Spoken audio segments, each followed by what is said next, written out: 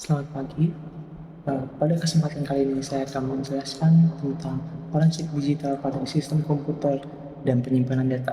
Saya Giovan Orlanso Mare dengan NIM 217023110 dengan dari kelas Blended Learning. Oke, untuk slide yang pertama, saya akan menjelaskan apa itu forensik digital. Forensik digital adalah proses ilmiah dalam mengumpulkan, menyimpan, dan menganalisis data digital untuk keperluan investigasi. Ini mencakup pemeriksaan sistematis terhadap perangkat penyimpanan digital, jaringan komputer, dan berbagai media digital lainnya. Tujuan utamanya adalah menemukan, mengamankan, dan menganalisis bukti digital yang dapat digunakan dalam proses hukum atau investigasi internal. Lanjut pada pentingnya forensik digital.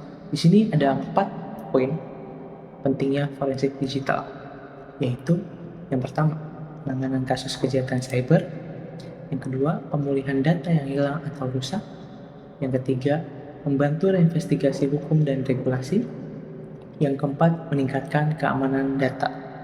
Oke, kita lanjut. Nah, di sini ada langkah-langkah forensik digital. Pada langkah-langkah forensik digital ada 5, yaitu yang pertama identifikasi, pembentukan perangkat atau data yang relevan. Yang kedua ada pengamanan, yaitu melindungi bukti agar tidak rusak atau terkontaminasi.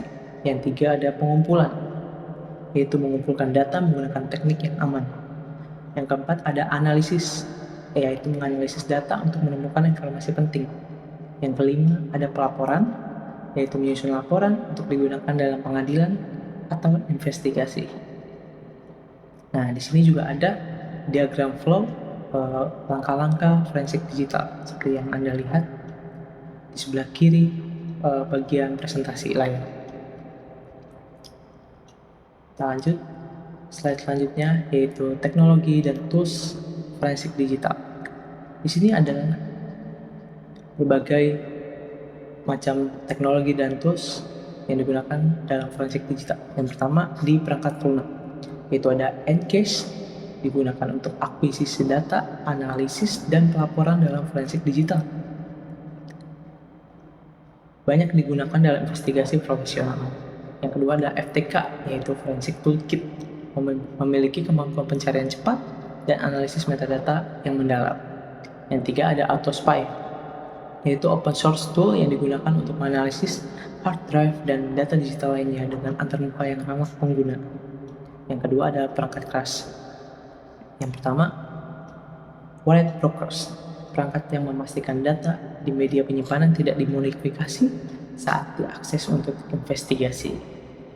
Yang kedua ada forensic workstations, yaitu komputer yang dirancang khusus untuk menangani tugas-tugas forensik, termasuk tugas-tugas akuisisi dan analisis data yang besar. Yang ketiga ini ada teknik analisis.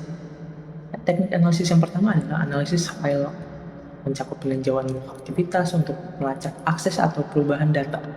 Yang kedua ada pencarian metadata, mengidentifikasi informasi tersembunyi seperti tanggal pembuatan dan modifikasi file. Yang tiga ada analisis hash, menggunakan algoritma seperti MD5 atau SHA untuk memverifikasi integritas data dan mengidentifikasi perubahan. Next ke slide selanjutnya. Nah, di sini ada studi kasus. Studi kasus yang ada, yang pertama, kasusnya itu investigasi pencurian data perusahaan menggunakan AutoSpy. Skenarionya data penting perusahaan dicuri melalui aktivitas ilegal komputer karyawan. Langkah-langkah forensik digitalnya, yang pertama, ada identifikasi, mengamankan perangkat komputer karyawan yang dicurigai. Yang kedua, pengumpulan, yaitu membuat image disk perangkat menggunakan tools seperti DD atau FTK Imager. Yang kelima ada analisis, yaitu menggunakan AutoSpy untuk menganalisis file sistem dan log aktivitas, yaitu juga mendeteksi file yang dihapus atau dimodifikasi, mengidentifikasi pola atau aktivitas mencurigakan, misalnya transfer file besar. Dan temuan, yaitu log AutoSpy menunjukkan penggunaan aplikasi file sharing pada jam tertentu. Kita Lalu ada pelaporan, yaitu menyusun laporan lengkap tentang bukti dan analisis yang dilakukan, termasuk screenshot dan dari hasil autospy. Oke, di sini saya ingin menunjukkan hasil dari penggunaan autospy. Di sini kita langsung ke autospy-nya.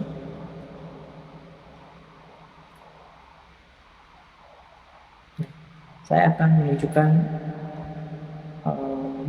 data yang sudah saya pernah coba restore ya. So, saya open.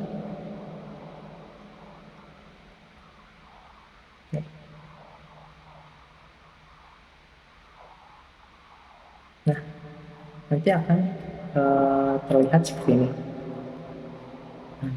Kita bisa melihat dan mengecek di delete files, yaitu di sini ada 3 files, yaitu di sini ada modified time-nya, change time-nya, access time-nya, create time, size, dan lain-lain. Nah, di sini ada beberapa file yang saya coba tes hapus dan bisa terlacak di autospy ini. Okay. Nah, kira-kira seperti itu gambarannya untuk penggunaan autospy.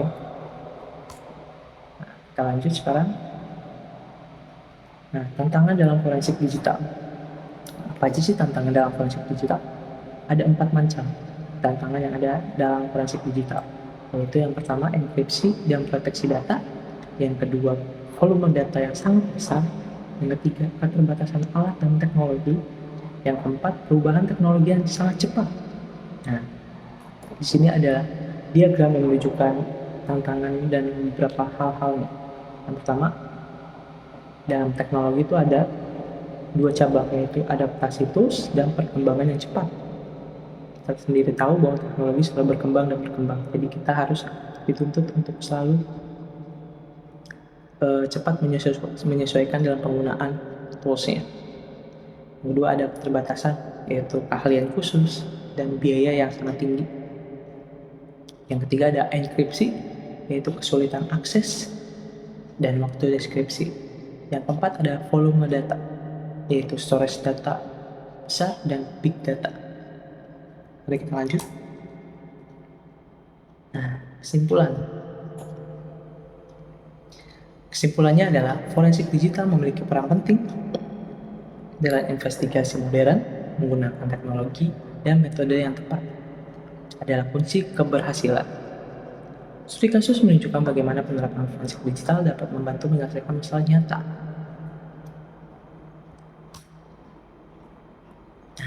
Di sini ada referensi yang bisa teman-teman baca, yaitu pada buku Guide to Computer Forensic and Investigation oleh Bill Nelson. Lalu ada website www.sans.org, lalu ada digitalforensics.com, dan tools yang digunakan bisa teman-teman coba, yaitu Encache, FTK, dan Autospy. Sekian presentasi dari saya. Terima kasih.